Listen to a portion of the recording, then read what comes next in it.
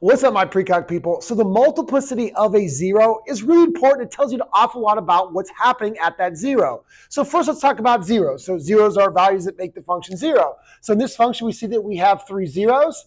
X equals 0, turns the whole thing into 0. X equals 2, turns the whole function into 0. And x equals -5. But the multiplicity of each zero is basically how many times that zero occurs. So the 0 of 0 occurs one time. The 0 of 2 occurs one time, but the 0 of -5 has a multiplicity of 2 because it occurs twice. There's an x plus 5 and an x plus 5. So those multiplicities, 1, 1, 2, are going to tell us a lot about how this graph is going to look. So when we take a look at those three zeros on the x-axis of our xy plane, first off, we know that we are 0 at those points. But what actually happens near those points is where the multiplicity comes in. When you have an odd multiplicity, like 1, 3, 5, 7, what you're going to do is you're going to cross through the x-axis at those points, going from a positive to a negative or a negative to a positive. So this graph could potentially be coming through here. It's positive, it crosses through, and it's negative. Now, another thing you should already know is that in between any two zeros is going to be a relative extrema. So somewhere the graph is going to turn around, and since we also know that 0 had an odd multiplicity of 1, we're going to cross through there as well.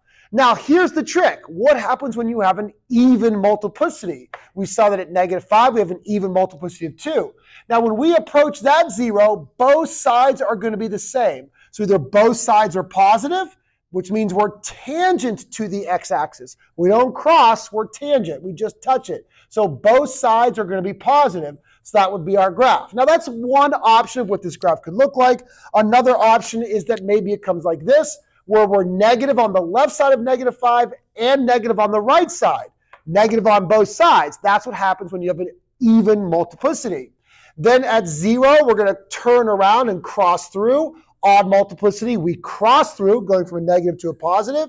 And then we got to turn around again and cross through a 2, going from a positive to a negative.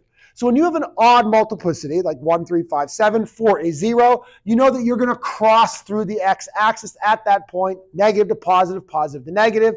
When you have an even multiplicity, like we saw right here at that -5, both sides of that 0 are the same sign, both positive and both negative, which doesn't create a cross 0. It creates what we call a tangent 0. So we're tangent to the x-axis at that 0. And that's how much we can learn about multiplicities of our zeros.